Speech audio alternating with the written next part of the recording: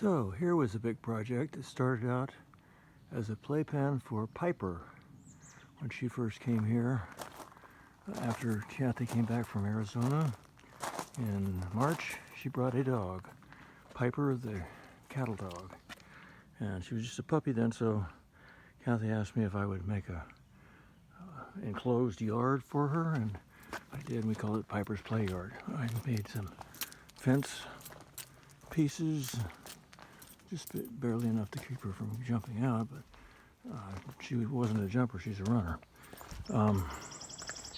So anyway, I did all that, and she didn't spend much time in here. Then she outgrew it. And now we've used it for Kathy's flowers and herbs. She does a wonderful job with that. She's got some galvanized tubs. There's an old tub there.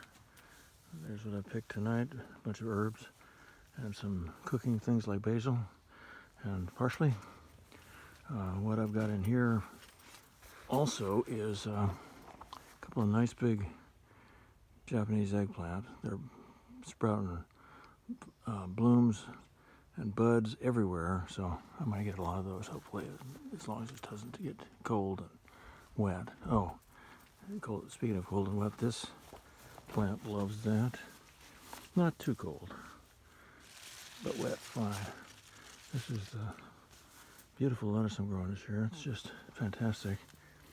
I'll show you later. We put a bird feeder in here. Hopefully the cats will leave the birds alone in here and not kill them. We got some delphiniums in here, some tiger lilies and lilies of various kinds, Oriental lilies, that Kathy planted in her phantasmagoric flower display. What I did was she wanted me to make some bins, and we talked about it. And I can't remember who came up with this first, but people are making these out of tin roofing, galvanized roofing, and filling them with filler for the first foot and a half or foot. Filler being branches, compost, whatever, dirt, weeds, anything to fill it up but not leave any spaces. And then good soil on top of that. And they're not as deep as some because I haven't used up the whole bin yet, but it was fine. I mean, it's working great. Actually, I think it works better this way because the sun beats down on this metal, this galvanized metal. It's very thin, it's very cheap, but it doesn't, it's inert, so it won't get into the plants. But anyway, it heats up and it heats up the soil, and voila, plants love toasty toes. So this is it.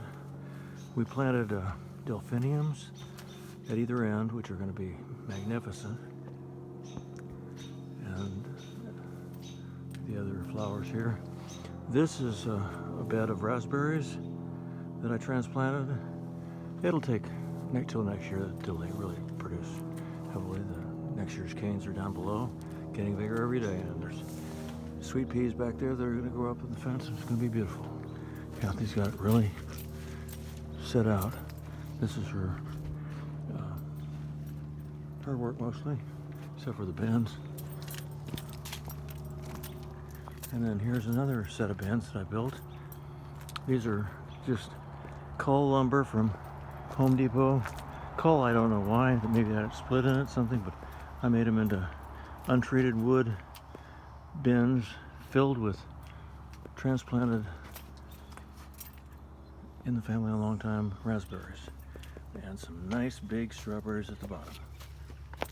Fabulous looking ones. And we'll get a lot of raspberries. This is the scourge of Highland Park, scourge of Tia Delfino's house, and it actually is a root of a cutting, or whatever you want to call it, of bamboo from her yard that they've spent now time and labor exceeding the value of the house to try and get rid of. So anyway, I feel sorry for her because it's tearing up the garage, the driveway. Anyway, okay, so it's getting kind of chilly out. I gotta go eat my dinner. This is French beans. I love those things. Plant a lot of those. And then these are turnips, and mostly turnips there. This is all bok choy, small bok choy. I've been eating that. Really good. This is the lettuce again, and I'm planting for future when there won't be any lettuce in here and I'll have